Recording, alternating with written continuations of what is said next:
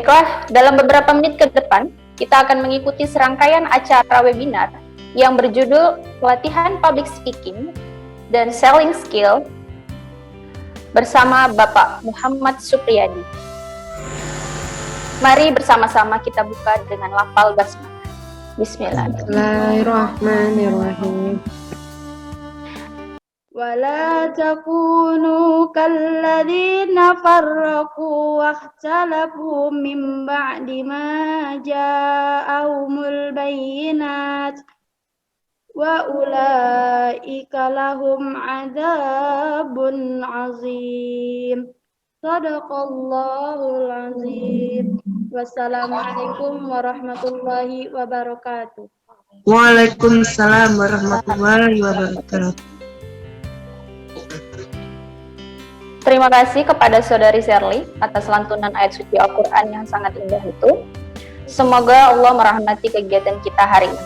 Amin ya rabbal alamin. Sisi layani dengan hati.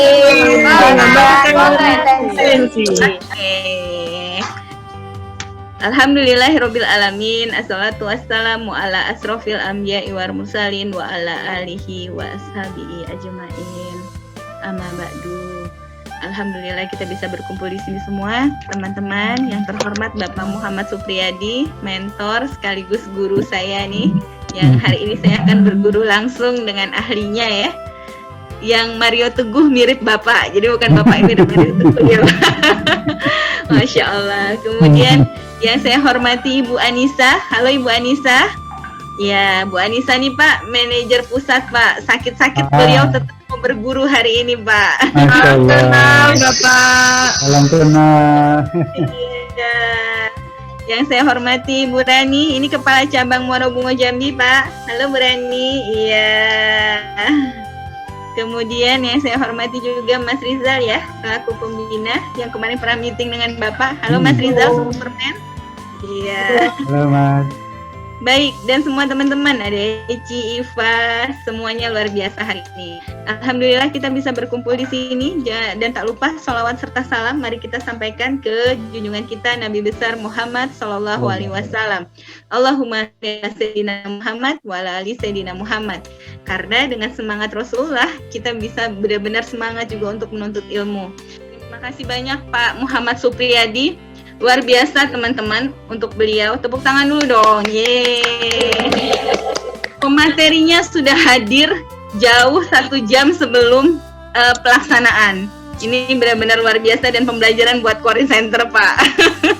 Mbak Eka tuh udah siap. Mungkin habis subuh langsung siap-siap ya Mbak Eka. Ini pembelajaran banget dan semoga berkah hari ini teman-teman. Wabillahi taufiq wal hidayah. Wassalamualaikum warahmatullahi wabarakatuh. Waalaikumsalam warahmatullahi wabarakatuh. Terima kasih kepada Ibu Corin atas sambutannya. Sebelum masuk kepada acara inti, izinkan kami untuk melakukan sesi foto bersama. Ya, sudah. Nah, Bapak ini dikenal juga dengan nama panggung Sang Penyelaras. Sebutan ini disematkan karena apa yang dikatakannya, itu pula yang dilakukannya. Istilahnya walk the talk. Latar belakang Sang Penyelaras ini adalah sebagai seorang banker sejati, sudah menghabiskan 24 tahun masa kerjanya di dunia perbankan. Wow. Kalau teman-teman baca judulnya kok kayak aneh, apa mungkin jualan itu tanpa jualan?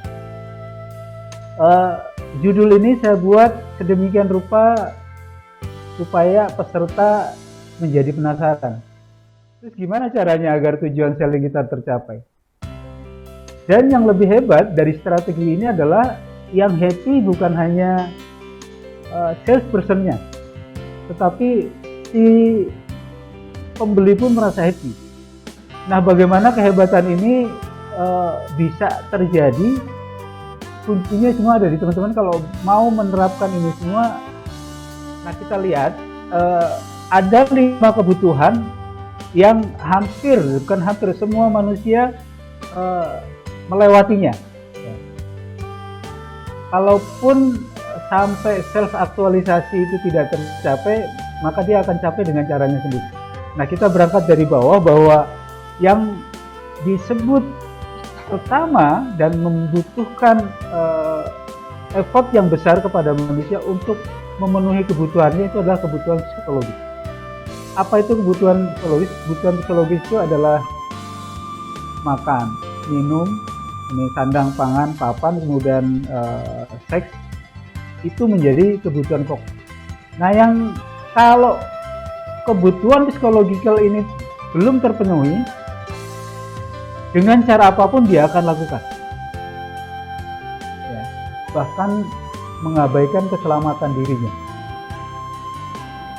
Kalau sudah begitu, teman-teman bayangkan bagaimana seseorang merasakan keamanan kalau ini belum tercapai. Jadi kita bisa lihat banyak orang mencari uang sampai memanjat tebing, mengambil madu dari tebing, kemudian memanjat pohon besar yang resikonya sangat tinggi. Setelah rasa aman, masuk social need. Social need itu adalah kebutuhan memiliki berhubungan sosial segala macam, esteem need dan self actualization. Tapi sebagai seorang salesperson, di concern mana kita bermain? Nah, di concern yang pertama dan yang kedua. Maka untuk seorang salesperson bisa diterima oleh prospek, maka Anda perlu memunculkan rasa aman ini, ya, di safety net. Rasa aman berbeda dengan rasa nyaman, ya, karena aman itu bagian dari kata nyaman. Ya. Nah, maka seorang salesperson begitu bertemu dengan prospek, maka yang pertama dimunculkan, tugas pertama itu adalah rasa aman. Rasa aman dari apa? Dari penawaran. Loh, kok aneh? Ya, nanti kita bahas. Dari desakan, dari teror, bahkan paksaan membeli. Nah, kalau rasa aman ini sudah tercapai, maka Anda sudah masuk di level yang lebih tinggi. Nah, bagaimana setelah rasa aman tercapai, kita ciptakan mereka menjadi nyaman. Selling apa yang ada di benak kita itu harus benar konsepnya, ya, karena konsep yang ada di otak kita itu nanti akan membentuk perilaku kita, ya. Kalau selling adalah menjual sesuatu, ya kegiatan kita menjual. Kita betulin dulu paradigma kita tentang selling, karena kalau diterjemahkan menjual, seseorang sebegitu menakutkannya mendengar kata-kata selling. Kalau selling saya artikan sebagai kalimat ini gimana? Ini saya sebut sebagai prinsip satu. Kalau Anda mengatakan selling itu adalah harus selalu closing, maka Anda akan sering kecewa. Yang lama hapus, ganti dengan yang ini, bahwa menjual itu adalah memenangkan hati nasabah. So, teman-teman sekalian, bayangkan bedanya dua niat, dua paradigma. Yang satu niatnya menjual, closing.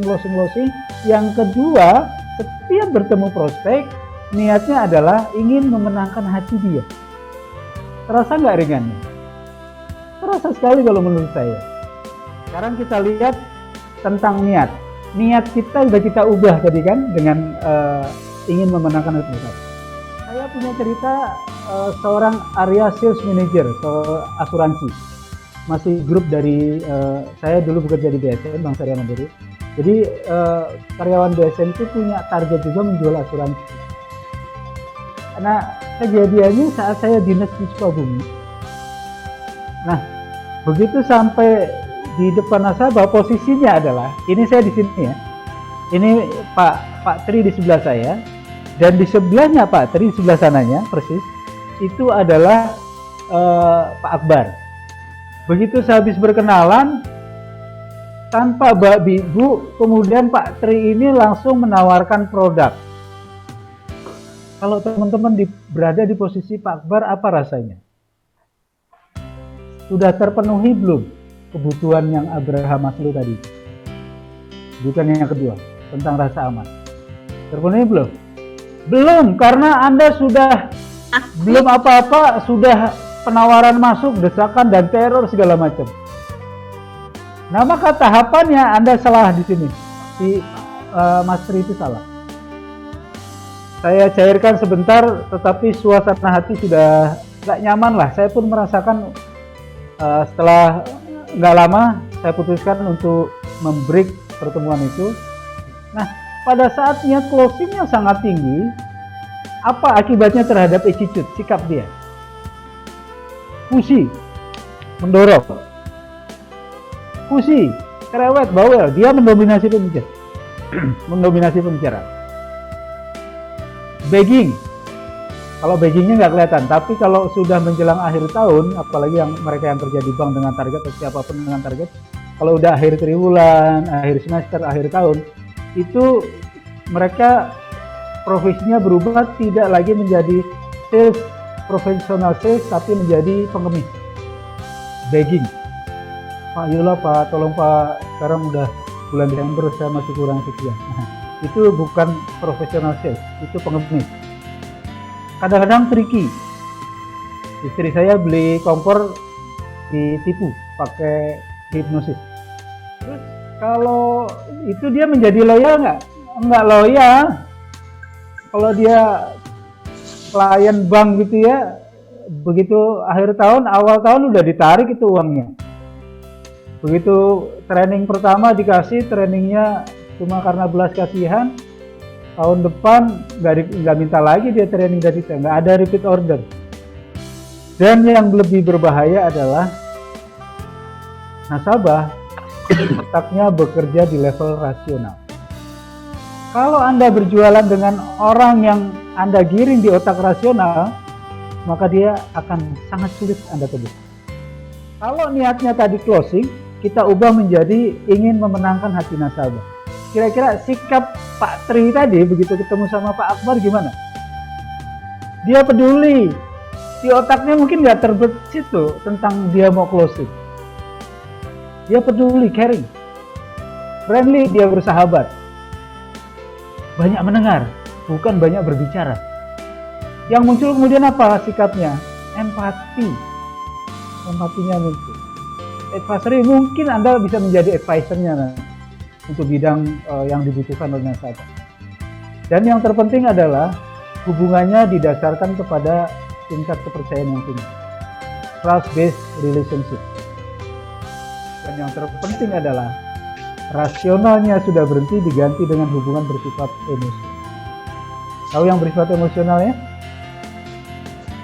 Orang jatuh cinta tuh emosional. 1 tambah 1 bisa hasilnya berapapun, nggak cuma 2. Bagaimana menggiring orang dari otak rasional menjadi otak emosional? Ya. Orang terhipnosis itu karena masuknya ke sisi emosional, tapi yang yang direncanakan untuk kejahatan maupun untuk kebaikan. Ini gerakan hipnosis, gerakan mempengaruhi. Jadi otak manusia itu ternyata bisa dimanipulasi dalam tanda petik ya, untuk tujuan baik. Anda menjawab pertanyaan kedua itu merefer pada pertanyaan pertama. Mudahlah 10 kali 10. Nah, karena tadi kan 2 tangan, sekarang 1 tangan. 10 tangan ada berapa? Ya ini masing-masing 10. Jadi berapa? 20. Itu begitulah. Kalau Anda mengerti ilmunya, Anda bisa mempengaruhi orang lain. Agenda kita setelah yang ini adalah membahas bagaimana menggiring otak manusia dari rasional menjadi emosional. Tinju sebelum masuk kering itu harus melakukan gerakan pemanasan supaya gelombang otaknya naik. Dia ada di gelombang 25 ke atas megahertz. Kemudian gelombang yang kedua, gelombang beta itu 12 sampai 25. Dia jaraknya lebih jauh ya, lebih landai itu. Nah, inilah yang disebut sebagai kondisi rasional tadi. Ini manusia terjaga penuh, sadar penuh. Kondisinya sedang berpikir rasional, kemudian dia sedang mencari solusi. Yang gelombang beta tadi itu tubuh kita memproduksi zat kortisol, norepinefrin. Ini yang penyebab kanker, ya. Penyebab kecemasan, khawatir dan marah. Gelombang alfa jaraknya lebih jauh dan dia lebih landai. Dia antara 8 sampai 12. Ini kondisi relaksasi subconscious. Puncak kreativitas ada di gelombang otak ini. Bahkan kecerdasan ada di sini.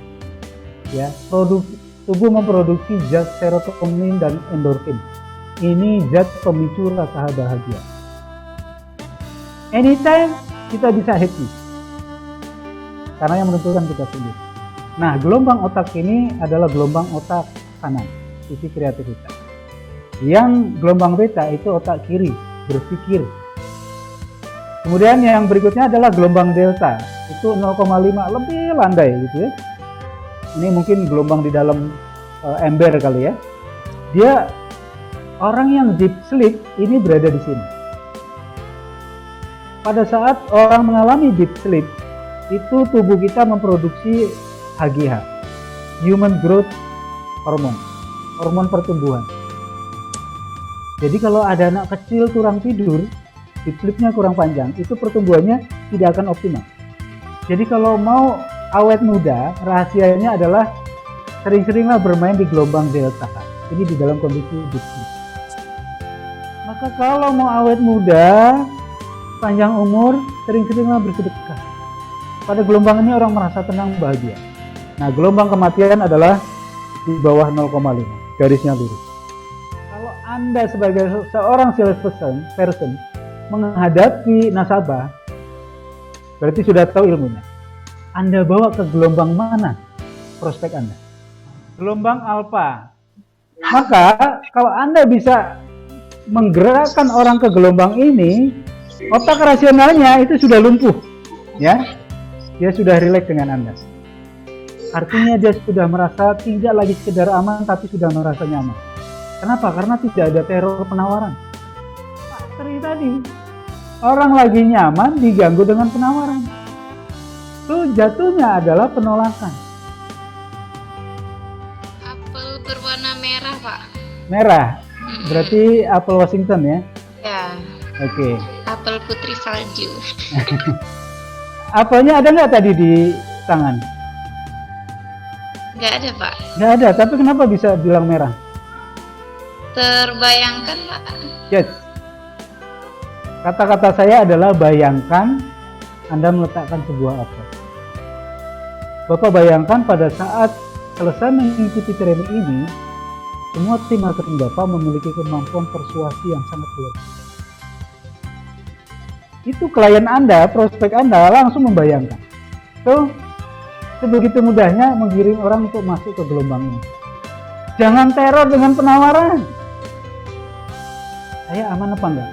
Nah, kalau Anda berbicara tentang rasa aman, itu ada di yang bekerja adalah otak reptil. Ya. Nah, kalau otak mamalia itu adalah am I love? Apakah saya menjadi orang yang dicintai? Berbicara tentang cinta, berbicara tentang emotional state, rasa. Nah, kalau yang otak human itu adalah kondisi what can I learn from this? Orang belajar, itu adanya otak ini. Kalau orang bertemu dengan Anda sebagai seorang sales, otak dia tuh selalu bekerja seperti itu. Aman nggak sih ini orang buat gue nih? Jangan-jangan ditawarin produk, tuh jangan-jangan ditawarin produk. Jadi otak reptil ini persis seperti hewan reptil. Padahal sawah itu, kalau ketemu manusia, apa yang dia lakukan? Lari dia, Pak. Lari. Kabur. Sembunyi. Ngumpet. Oke. Kenapa? Karena dia sifatnya reptil, dia punya dua strategi, termasuk kita manusia. Fight, lawan. Atau fly, terbang, melarikan diri.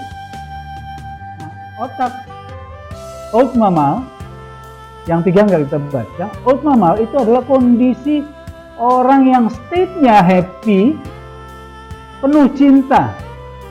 Ya, maka orang yang hidup penuh dengan cinta itu hidupnya selalu bahagia. Dia punya pekerjaan dia cintai. Cintailah pekerjaan Anda. Kerja kalau sudah dengan cinta. Aduh, nggak usah jualan deh. Saya nggak usah jualan. Maka prinsip kedua adalah pertahankan agar klien Anda atau prospek Anda tetap berada di otak limbik system. di otak mama. Caranya gimana? Ya cintai dia. Ya. Atau kalau tadi di gelombang otak, jagalah supaya klien Anda tetap berada di gelombang alfa. Kalau yang bawah apa? Masuk Ustaz. Dari bilang jangan dibaca. Saya perintahnya jangan dibaca dari kanan ke kiri. So Anda pintar semua bisa jawab. Malu gak? So inilah prinsipnya, orang tidak suka dijuali. Tapi keapikan pribadi Anda, itu yang bikin mereka beli. Kejujuran Anda. Jadi setiap Anda ingin bertemu siapapun, munculkan dulu rasa happy Anda. Karena rasa bahagia itu menular kepada orang lain. Menular ke orang lain. Maka saat Anda ingin bertemu dengan klien atau prospek Anda, perhatikan state Anda dulu. Niat sudah benar tadi ya? State. Anda ingin bertemu dengan orang yang akan Anda cintai. Orang yang akan Anda muliakan. Orang yang Anda cintai, Anda muliakan, mau langsung ditembak nawarin produk. Itu bukan cinta namanya. Pada saat Anda bertemu prospek, ini sudah how to ya, bagaimana. Anda harus menjadi diri Anda sendiri, bukan menjadi orang lain. Kenapa begitu? Kepalsuan sangat mudah terbaca dan bersifat tidak abadi. Pura-pura profesional, padahal nggak profesional. Bertahan 5 menit aja udah untung. Saat kepalsuan Anda terbaca, kawan bicara atau prospek Anda akan kembali ke otak reptil, ke gelombang beta lagi nih. Jadi orang yang mindfulness itu adalah hadir pada saat kekinian dia. Maka caranya adalah aktifkan semua indera Anda. Anda akan menjadi orang yang sensitif. Dengarkan intonasi dia berbicara. Lihat mimiknya. Sementara Anda harus lupakan diri Anda sendiri. Jangan berbicara tentang saya. Berbicara tentang dia. Fokus pada klien. Lupakan gawai Anda. Apa kehebatan di sini? Satu. Saat Anda mendengarkan ke orang lain, Anda seperti sedang memberi umpan kepada dia. Kalau Anda mendengarkan, itu Anda seperti memberi, kalau mancing Anda sedang memberi umpan. Begitu saat umpan Anda dimakan, nah saat itulah Anda masuk kepada message yang Anda punya. Kemudian, mendengarkan itu seperti kita memberikan pinjaman dan orang akan membayar balik kepada kita. So, listening itu memiliki kekuatan yang sangat luar biasa. Ya, maka tipsnya adalah lupakan diri Anda. Deep listening, learning-nya Anda lupa. Learning-nya itu Anda tuh pengen belajar dari dia apa, ini orang kelebihannya apa sih, dan Anda harus terbuka sama dia. Selanjutnya bangun trust. Seringkali dan banyak orang membeli suatu produk atau jasa itu bukan karena produk atau jasanya, tapi karena dia percaya sama orang yang jual. Contoh saja, selepas pensiun saya punya uang besar banget. Saya tempatkan di Bank Syariah Mandiri, pada situ masih Bank Syariah Mandiri. Ke cabang yang terdekat dengan saya. Kebetulan orangnya deket banget sama saya. Kadang-kadang kalau Zoom dia yang jadi host. Saya udah sangat percaya sama dia. Dia nggak jualan sama saya, nggak nawarin produk. Begitu dapat uang pensiun, saya yang telepon dia. Bro, uang pensiun saya udah cair nih, bisa bantu nggak? Oh siap Pak. Titip semua ke dia. Kalau Anda punya trust, baginda Rasul itu trustnya sangat tinggi. Nah, gimana caranya membangun trust dalam hitungan menit? Kalau Anda ingin menciptakan trust dalam waktu singkat, hitungan menit, maka samakanlah diri Anda dengan dia. Lakukan pacing.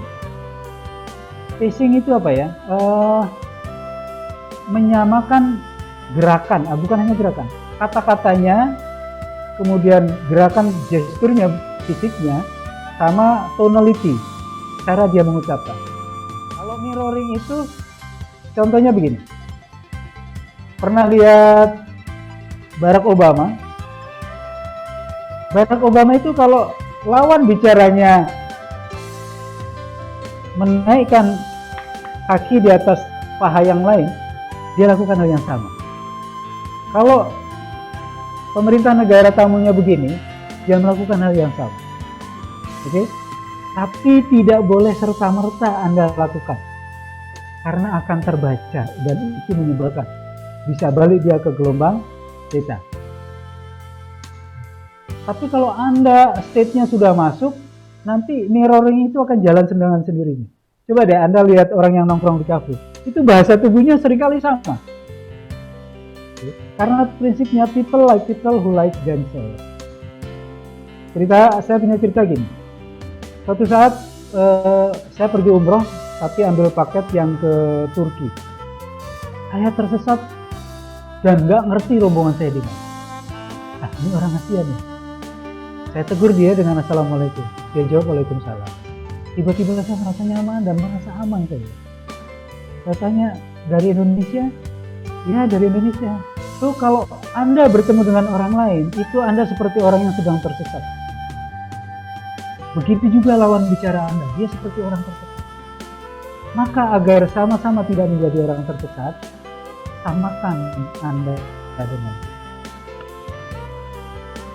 Suatu saat, kepala KCP saya telepon, Pak Pri, besok saya mau ketemu rektor nih di Bandung. Saya melakukan teknik ini. Saya cari sebanyak mungkin kesamaannya. Dan yang terpenting saya menawarkan kebaikan buat dia. Dia sebut nama, kemudian langsung saya ingat namanya. Saat saya memanggil dia, saya sebut nama dia dengan gelarnya. Prof. Adi. Dari mana aslinya? Saya dari Cilegon, Pak Pri. Mutar. Otak saya langsung mutar. Apa yang harus bisa saya samakan dengan Cilegon? Langsung saya tanya, Prof. Adi, kalau makan sate bebek sukanya di mana? Itu Pak Pri, yang deket jalan layang. Dalam waktu hitungan menit, bahkan detik, dia begitu keras sama saya. Otaknya langsung berpikir, ini orang aman dan nyaman buat saya. Dia nggak berpikir tentang saya mau nawarin apa. Karena saya menjadi pendengar yang baik juga, tiba-tiba dia ngomong, Pri, kira-kira apa yang bisa kita kerjasamakan ya? Selesai, sudah urusan saya. Jadi teman-teman sekalian, seringkali penjualan terjadi karena faktor kepercayaan kepada penjual, bukan kepada produk. Tapi yang lebih baik adalah percaya kepada diri. Prinsip yang ketujuh adalah the sweetest of all sound is praise. Suara yang paling indah di dunia ini itu adalah pujian. Pujian adalah satu cara membuat orang terbang. Ada satu kisah. Pada saat masuk ke ruangan meeting, di belakang saya ini dinding. Dia tunjuk ke dinding. Luar biasa ini gambar. Suka sekali saya. Gambarnya adalah flamingo menjelang take off. Pada saat take off, inilah usaha terberat yang dilakukan oleh burung maupun pesawat terbang dan kita semua. Sangat suka sekali saya. Filosofinya sangat kuat. Oh, Bapak tahu ya? Itu sebab saya pasang gambar ini. Selesai urusan.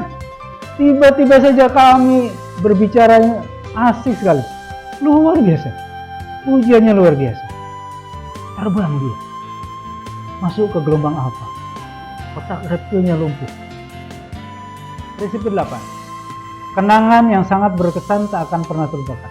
Siapapun Anda, salesperson, setiap kehadiran Anda harus menjadi ring the bell, menyenangkan orang lain. Anda membawa sesuatu yang bergizi untuk mereka. Maka ciptakanlah anchor. Anchor itu jangkar. Jangkar itu sesuatu yang nancep, slep, gak akan terlupakan. Caranya gimana? Lakukan dengan Big Bang strategi.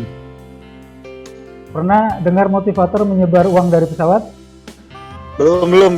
Wah, itu saat saya dinas di Cilegon. Anda tahu motivator Tung Desem Waringin? Nah, itu yang nyebar uang dia. Jadi sampai sekarang, bahkan sampai dunia, kalau ditanya siapa orang yang nyebar uang pertama kali, itu Tung Desem Waringin. Kalau Anda ingin dikenal sebagai seorang salesperson yang berkesan di mata nasabah, di mata klien, kunjungi dia berulang-ulang, selalu bawa kesan positif. Teman-teman sekalian, kalau hati sudah Anda tempatkan ke hati orang lain, maka jawabannya adalah hati. Dia akan memberi hati Anda. Jadi, bekerjalah dengan cinta, temui prospek Anda dengan cinta. Anda akan mendapatkan. Bukan sekedar closing saja. Begitu banyak orang terkesan pada saat saya undang ke ruangan saya persilakan duduk, basa-basi sebentar, kemudian saya tawari dia minum. Saya bangun beranjak dari tempat duduk saya menuju kredensa, buklet panjang, ada tempat coffee set ya, yang tinggal colok diisi air itu. Begitu saya menuju ke ruangan itu, apa yang dilakukan oleh sahabat? Dia berdiri menarik tangan saya. Jangan Pak, saya pikir bukan Pak Pri yang bikin. Bapak Ibu tamu saya duduk di situ. Ritual itu dibaca betul oleh masyarakat. Menjadi anchor di otak dia. Seumur hidup baru sekarang saya menempatkan dana ini Bang. Cuma 5 juta dilayani oleh Bapak Bang. Kemudian kami foto bersama, berikan souvenirnya. Saya frame, saya kirim ke rumahnya. Saya yang kirim. Sampai di rumahnya, dia bilang, Pak Tri izin ya, saya pajang di ruang tamu saya. Pertanyaannya, buat apa dia pajang di ruang tamu? Banyak orang bertanya, ini foto di mana ya kok baru lihat? Jeng, tahu nggak? Ini Pak Pri, Kepala Cabang BSF. Saya cuma nabung sekian, di luar biasa. Dia jualan tentang bank saya. Teman-teman sekalian, demikian training kita sesi hari ini. Kita lanjutkan nanti sesi berikutnya. Terima kasih. Assalamualaikum warahmatullahi wabarakatuh. Waalaikumsalam warahmatullahi wabarakatuh. Terima kasih Pak. Oke, alhamdulillah sudah kita dengarkan materi yang ya Allah, alhamdulillah ya kita dikasih kesempatan untuk mendengarkan dari seorang Bapak Supriyadi, Muhammad Supriyadi sang penyelaras ya. Pelajaran yang sangat berharga, menjual tapi tidak terkesan menjual. Apa triknya Pak untuk kita yang trik terbaik menurut Pak Pri biar kita bukan ngomong jualan Pak, jualan produk kita meskipun kita pada dasarnya sih memang jualan Mas Rizal. Untuk produk-produk di Korean Center apa ya, terbaik dari Pak Pri. Terima kasih Pak Pri. Terima kasih. Ini yang menjadi kunci utama keberhasilan dari semua yang menjadi poinnya adalah kemampuan Anda menaklukkan diri sendiri. Kita ini terlalu fokus pada diri kita sendiri. Untuk melaksanakan semua trik itu adalah tundukkan dulu hati. Anda bayangkan seorang kepala cabang membuatkan minuman kopi atau coklat hangat. Yang itulah sebetulnya pekerjaan office boy. Tapi dilakukan oleh kepala cabang. Itu kalau tidak kuat menundukkan ego, tidak akan jalan.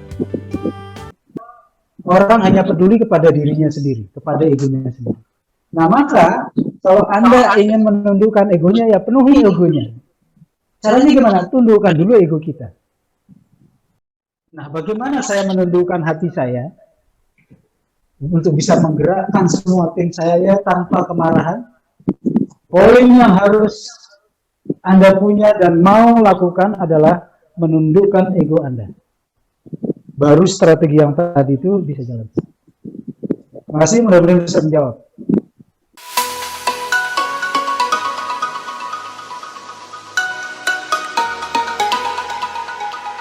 Assalamualaikum warahmatullahi wabarakatuh. Teman-teman sekalian, cerita saya di dalam training tadi, kisah-kisah inspiratifnya ada di buku saya ini. Storytelling to Win Hearts. Nah, jadi gini, teman-teman sekalian, buku ini adalah buku perjalanan hidup, kisah-kisah inspiratif. Saya tulis berdasarkan ciri khas orang Indonesia.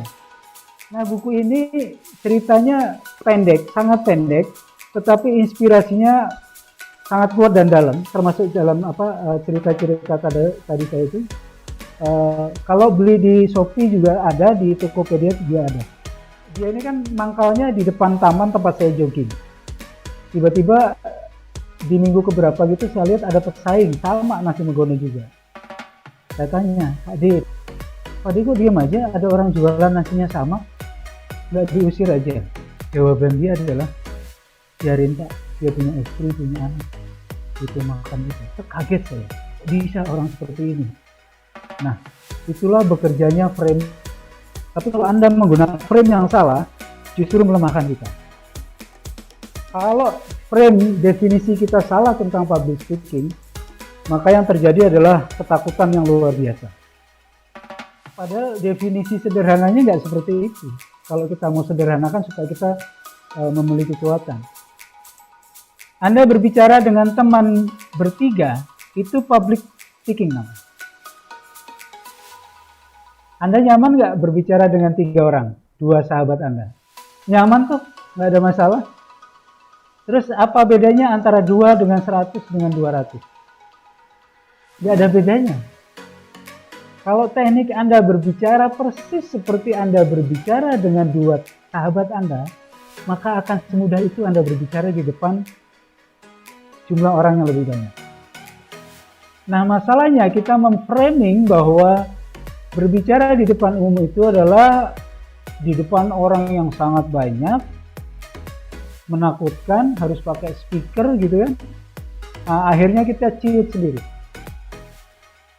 Pembukaan opening yang sangat powerful itu salah satunya adalah storytelling. Barusan sudah saya ceritakan tentang storytelling. Ya. Storytelling ini bisa disampaikan tentang kisah si pembicara, bisa juga kisah tentang orang lain, tetapi harus menginspirasi. Kelebihan dari kisah diri sendiri itu adalah Anda memiliki kredibilitas karena Anda pelakunya. Jadi fakta itu ditangkap dengan kuat oleh audiens dan tingkat kepercayaannya sangat tinggi. Apalagi kalau menyampaikannya dengan emosi yang ikut terlibat. Kekuatan dari storytelling adalah merumpuhkan otak reptil yang tadi sudah kita pelajari. Buku yang saya buat, kenapa saya berikan judulnya storytelling, itu adalah karena kekuatan dari sebuah cerita. Cerita itu membuat orang sukarela, ikhlas, membuka dirinya.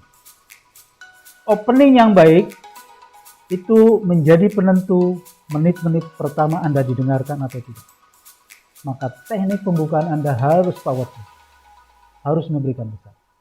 Nah, salah satunya adalah storytelling. Ketiga, menggiring peserta memasuki gelombang alpha. 5 prinsip membuat storytelling. Pertama, Anda tetapkan dulu tujuan cerita. Tujuan cerita itu adalah cerita Anda relate dengan materi yang akan Anda sampaikan. Maka dalam cerita anak bersepatu kanvas yang sobek tadi itu, dia relate-nya adalah bahwa dia akhirnya menjadi speaker yang baik, menjadi motivator, padahal dia tidak memiliki kemampuan apa-apa sebelumnya. Datang dari orang yang sangat miskin, 8 bersaudara, ibunya lulusan SMP, pedagang sayur di emperan, ayahnya hanya seorang lulusan miskin, satpam dan juru bersih di kantor. Tapi sang anak memiliki cita-cita yang sangat tinggi. Nah, tujuannya adalah relate dengan materi Anda. Terus, Anda harus menetapkan tokohnya, alur cerita. Alur cerita Anda harus ritmik, kadang membawa emosi, kadang membuat orang semangat. Nah, kemudian elemen ceritanya itu ceritakan perkara-perkaranya, elemennya. Kemudian di ujungnya Anda ubah menjadi anak bersepatu kanvas yang sobek, menjadi kita semua, menjadi peserta. Anda pun bisa menjadi pembicara yang baik. Sang anak bersepatu kanvas yang sobek ini pun tidak memiliki keahlian, tapi dengan kemampuannya dia bisa menjadi pembicara, dan Anda pun bisa menjadi pembicara. So, jadi ceritanya nyambung dari cerita tentang si pembicara, tentang tokohnya, kemudian menjadi tentang audiens. Itulah kehebatan storytelling. Kita lihat, ini formulanya, the magic formula. Pertama ada insiden. Ya, insidennya apa kalau dari cerita anak bersepatu kanvas sobek tadi? Insidennya adalah nggak lulus. ya, nggak lulus. Kemudian actionnya apa yang dilakukan oleh sang bocah tadi? Ternyata dia banyak berlatih, belajar, kuliah sampai akhirnya bisa keluar, dan terakhir happy endingnya adalah dia mendapatkan benefit. Benefitnya apa? Benefitnya akhirnya dia tercapai cita-citanya, bekerja di bank, menjadi trainer profesional, dan menjadi pembicara, dan bisa menuliskan sebuah buku. Seorang anak yang lahir dari keluarga miskin, tidak punya, kemudian dia mewujud menjadi seseorang. Jadi teknik bertanya itu adalah satu membantu Anda membuat audiens tertarik kepada Anda. Kemudian menunjukkan ketertarikan Anda kepada audiens. Jadi selain menarik audiens tertarik pada Anda, dan itu juga menunjukkan bahwa pembicaranya tertarik dengan para audiens. Sekarang saya ada pertanyaan ini. Semua orang memiliki sumber daya yang memadai untuk sukses. Tapi mengapa banyak orang yang gagal? Maukah saya beritahu rahasianya? Mau banget. Kalau pertanyaan Anda itu mengenai pain itu apa? Apa yang diderita oleh audiens Anda? Maka dia maunya banget. Memang benar kok, semua orang memiliki sumber daya yang sama. Apakah sukses itu harus ganteng? Apakah orang sukses itu harus pintar? Kalau orang sukses harus ganteng, kenapa Tukul bisa sukses? Itu nggak ada alasan buat Anda yang tidak ganteng sekalipun untuk sukses. Karena Tukul sudah membuktikan. Apakah Anda lebih jelek dari dia? Enggak juga. Masalahnya Anda punya potensi, Anda bangunkan nggak potensi itu? Anda ingin menjadi public speaker, Anda bangunkan nggak itu? Kemudian di opening, sering kali saya ngajak audiens untuk berpartisipasi. Contoh paling gampang saja, barangkali ada yang pernah.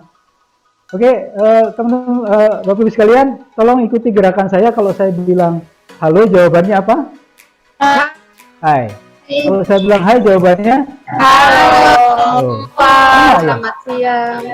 Sama ya. Tapi jangan begitu, itu udah terlalu umum. Terlalu umum. Nah, di ujungnya Anda beri kejutan. Apa kejutannya? Jangan lagi katakan secara berurutan. Halo, jawab. Hai, jawab. Tapi Anda beri halo, hai, halo. Ah, jawabannya bukan kata-kata, tapi ketawa semua. Coba aja Anda lakukan. Ini sudah saya pengalaman.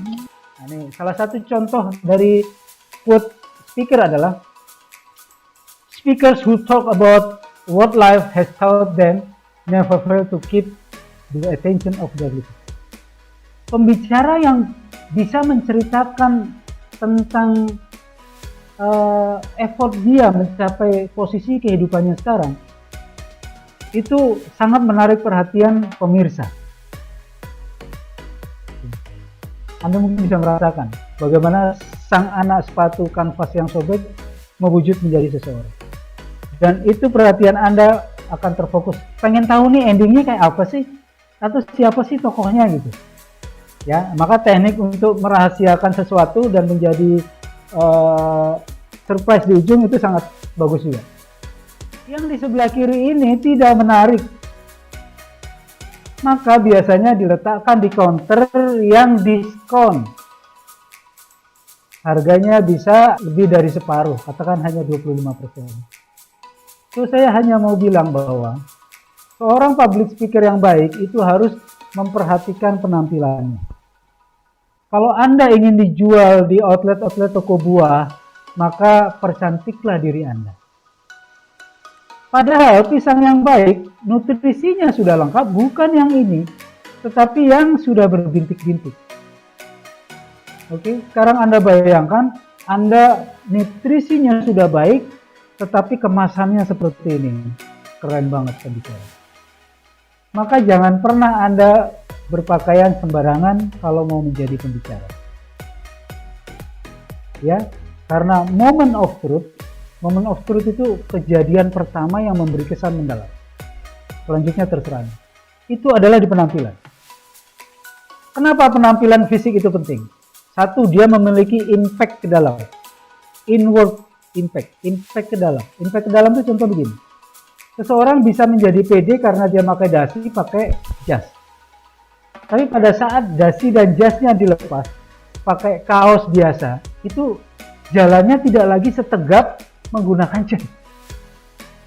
Oke, teman-teman sekalian, ini baru poin pertama tentang body dari isi public speaking. Dress-nya ya, untuk Anda sukses menjadi public speaker. Sekarang physical movement. Ada posisi tubuh yang membuat orang menjadi powerful, ada yang low pose, power. Berdirilah dengan posisi high power. Pembicara begini. Anda hebat, betul. Mau? Kalau bukan saya, Anda pun bisa melakukan. Hindari posisi yang paling terlihat low power itu adalah pundak tertekuk, turun ujungnya tertekuk kembali. Posisi ini persis seperti posisi rahim di dalam kandungan rahim ibu. Posisi bayi di dalam rahim. Bayi itu butuh perlindungan, sehingga posisinya membentuk huruf V di dalam rahim ibu. Maka jangan heran kalau ada maling yang dipukulin, dia kembali ke posisi bayi. Nah, posisi bayi ini adalah posisi yang patut untuk dikasihani. Seorang public speaker nggak begitu. Tertunduk lesu, mata tidak menatap audiens, matanya layapan kemana-mana. Isi pembicaraan Anda harus simple, interesting, dan drive, menggerakkan orang. Sudahkah Anda menjadi public speaker yang luar biasa? Nah, kalau mau luar biasa, simple saja sampaikan. Tidak usah bertele-tele. Kemudian drive. Anda harus yang drive. When you touch audience heart, they will move and give you more. Kalau Anda sudah sentuh hatinya seperti yang selling skill tadi, selesai sudah semua. Cara membawa mereka ke puncak kepuasan itu adalah ulangi kalimat yang impactful. Anda dengar tadi beberapa kali saya mengulang kata-kata saya. Itu adalah penekanan. Pada saat penekanan, kurangi durasi kecepatan Anda, kecepatan speed. Slide itu harus menarik, tidak berisi penuh dengan kalimat. Ya. Briefnya saja seperti yang di awal tadi, brief singkat, tetapi isinya ada di sini. Jadi ini hanya pancingan Anda untuk track, mengikuti tracknya. Hot shot, hot shot itu si pembelajar sering nembak dia. Sering pertanyaannya ingin menguji si trainer, si pembicara. Ya, trik mengatasinya gimana? Kalau Anda nggak punya jawaban, maka prinsipnya adalah otak lebih banyak lebih baik dibanding otak tadi. Antarkan kepada audiens. Oke, sebelum saya jawab, ada yang mau bantu jawab nggak? Barangkali punya kasus yang sama. Nah, itu kadang-kadang dijawab oleh peserta. Nah, tugas Anda kalau sudah ketemu jawabannya, ditambah dengan pengetahuan yang Anda punya, itu Anda gabungkan summary, sampaikan itu jawaban Anda. Jangan kelihatan keguguran Anda. Ya, karena yang dicari oleh si pembelajar ini, si hotspot, si hotshot, itu adalah memang mau menjatuhkan pembicara. Ya, tapi kalau Anda sudah kelas atas, nggak ada nih tipe ini. Biasanya nggak ada. Nah, ini kemudian tipe clown. Tipe clown ini si penghibur, tapi kadang-kadang mengganggu juga. Gangguan noise itu kan datang dari apa? Suara yang tidak di-mute gitu ya. Atau kalau kita offline, ada orang melontarkan guyonan gitu. Kalau isinya penghibur semua ya jelek juga, ada bagusnya juga, dia suasana menjadi hidup. Ya, nah caranya adalah mengarahkan guyonan dia itu ke materi yang kita sampaikan. Namanya sniper ya, kadang-kadang dia nembak tuh, setel, ngasih kritikan. Caranya bagaimana? Anda berada di posisi dia. Ya, terima dulu kritikan dia. Oh, keren nih kritikannya nih. Keren. Saya setuju. Nah, setuju dulu. Kalaupun dikoreksi dengan cara yang halus. Oke? Itulah kehebatan dari public speaker. Seorang trainer. Yang berbicara saya satu, kalimat saya satu mungkin, yang mendengarkan di sini ada berapa? partisipan, ada 64. Tapi kalau peluru menembak, satu peluru itu takdirnya memang untuk satu kepala. Tapi kalau kata-kata Anda begitu kuat, Anda akan menjadi sangat hebat. Ya, ini proses berpikir manusia itu melewati filter ini. Nah, masuknya lewat mana? Nah, tipe manusia itu ada 5. Ya. Tipe visual itu adalah tipe orang yang visualnya, pandangannya itu lebih kuat melihat sesuatu. Ya. Kemudian tipe olfactory itu adalah orang yang sangat sensitif dari penciumannya. Ada tipe gustatory, gustatory itu pengecap ya di mulut. Kemudian tipe audio itu adalah tipe orang yang sangat kuat pendengarannya. Dan kemudian tipe kinestetik, disentuh. Nah, Anda sebagai pembicara itu harus mengerti tipe-tipe orang ini. Sekarang kita lihat kenapa itu terjadi. Mehrabian itu bilang pengaruh itu dari kata-kata 70%. Tapi bukan tidak penting ya. Kalau Anda pas menggunakan suaranya, ini akan menjadi powerful juga. Kemudian tone of voice, intonasinya, naik turunnya. Kadang-kadang dia melambat, diperlambat durasinya. Kemudian bahasa tubuhnya, gerakan tangan, tubuh segala macam, termasuk apa tadi menggunakan topi segala macam. Ini elemen tidak boleh diabaikan semuanya ya, cuma bobot efek pengaruhnya tuh berbeda-beda. Ada suatu kisah, enak sekali restoran, luar biasa, Anda sukses sekali. Si pemilik restoran ini nanya ke pembeli itu, Tuhan masih ingat saya? Beberapa puluh tahun yang lalu, saya menjual pensil dulu. Andalah yang satu-satunya membeli pensil dan mengatakan kepada saya, Anda seorang pengusaha. Rupanya kata-kata yang pengusaha itu menjadi powerful. Terpencet tombol si pedagang pensilnya itu untuk bangkit menjadi pengusaha. So, kalau kata-kata Anda tepat, bisa memotivasi. Tapi, pengaruh yang lebih hebat itu adalah yang bersifat non-verbal, sampai 93%. Non-verbal itu adalah intonasi dengan body language. Anda tahu kenapa saya sering juara service excellence? Saya memberi contoh kepada anak buah saya membersihkan kantor. Bahkan toilet saya bersihkan sendiri. Sampai office boy saya melihat saya. So, rupanya itu menggerakkan mereka. So, hati-hati dengan gesture Anda saat berbicara.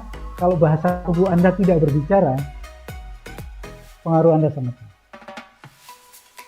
Oke, selanjutnya. Ada magic word yang harus digunakan. Easily, mudah kok. Itu natural kok. Saya beberapa kali bilang. Unlimited, tidak terbatas. Aware, Anda sadar. Menyadari, realize. Experiencing, experience, pengalaman. Semua cerita yang saya sampaikan pengalaman. Expanding, Anda bisa ekspansi, meluaskan. Beyond, above.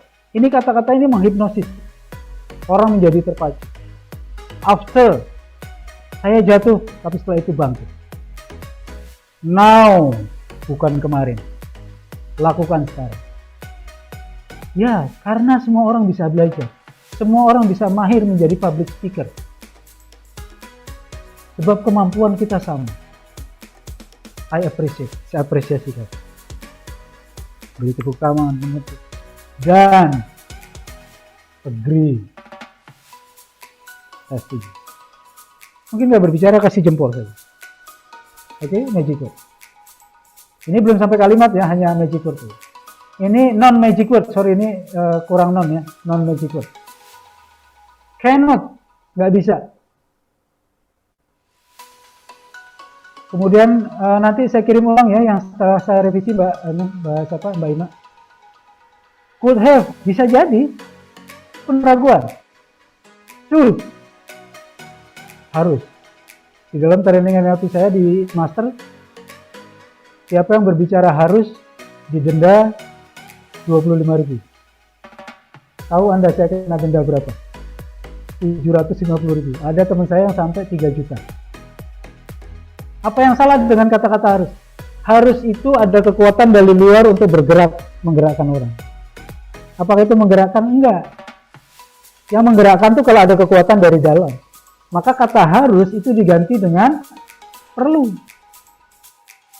Mas Ebit itu ganteng, tapi bau. Kata tapi saya ubah. Mas Ebit bau, tapi ganteng. Yang lebih enak didengar yang mana buat Mas Ebit? Yang kalimat pertama atau kedua? Yang kedua. Karena manusia melupakan frase yang pertama, ada kata but. Coba bandingkan. Mas Ebit ganteng tapi bau. Yang diingat baunya. Kita ubah. Mas Ebit bau tapi ganteng. Yang diingat gantengnya. Ya, makanya ini bersifat ambigu termasuk gimana cara kita menggunakannya. Understand, kenapa understand?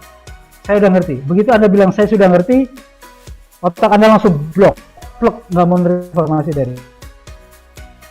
Jadi ada 3 tahapan di dalam public speaking. Pertama, opening. Itu adalah bagaimana membuat opening terbaik. Di bodinya, bahasa tubuh Anda harus jalankan dengan baik, intonasinya baik. Kemudian di closingnya bisa Anda gunakan berbagai macam cara. Tadi closing saya pakai apa yang sesi pertama? Masih ingat? Pakai bernyanyi. Nah, kalau storytelling ini keren juga. Dengan teknik bernyanyi yang tadi, pantun. Nah, contoh, menanam pohon pepaya untuk dikirim ke Pulau Jawa. Lebih baik kaya raya ditambah dengan kita bertakwa. Terima kasih, demikian dari Sang Penyelaras. Assalamualaikum. Nah, contohnya. Quote. Imagination is more than important than knowledge. Kata Einstein. Terima kasih. Assalamualaikum warahmatullahi wabarakatuh. Gitu ya. Kurang lebihnya seperti itu. So, teman-teman sekalian, saya hanya ingin menutup dengan sebuah quote kita hari ini. Pengetahuan tidak akan mengubah apapun sampai Anda menerapkannya. Anda akan menjadi master di bidang public speaking atau tidak, sepenuhnya kepada Anda. Dan Anda sudah memiliki potensinya. Terima kasih, demikian dari saya. Assalamualaikum warahmatullahi wabarakatuh. Waalaikumsalam warahmatullahi wabarakatuh. Berikan sambutan dengan meriah kepada Bapak Pri. Yeay. Ya Allah, alhamdulillah. Sangat bersyukur sekali kita diberikan kesempatan hari ini ya menjadi audiens dari seorang Bapak Pri. Ya Allah, memang kesempatan yang tiada bandingannya. Baiklah, terima kasih Pak Pri atas materinya, 2 materi yang sudah disampaikan dengan sangat baik. Percaya diri tanpa skill itu berbahaya. Oke. Kemudian skill tanpa percaya diri itu mubazir. Ya, Oke, itu baik. sertifikatnya ya Pak. Terima kasih ya. Ya, terima kasih banyak Pak atas kesempatan yang Bapak sudah luangkan kepada kami. Sama-sama. Baiklah. Terima kasih juga. Ya, alhamdulillah, luar biasa. Saya merasa bersyukur sekali, Pak. Saya bisa mendengar dan anak-anak saya, tim saya semuanya bisa ikut. Itu adalah hal yang luar biasa. Karena untuk menciptakan momen ini tentu bukan hal yang gampang. Untuk menghadirkan Bapak, untuk ini suatu hal yang luar biasa. Bukan hal yang gampang diciptakan gitu. Nah, ini bersyukur sekali. Ya, saya ucapin terima kasih banyak Pak atas semuanya. Dan anak-anak saya juga terima kasih sudah menyempatkan mengikuti hal yang sangat berharga ini. Itulah Pak, semoga kita ketemu di momen yang akan datang. Insya Allah di Solo kita ketemu Pak.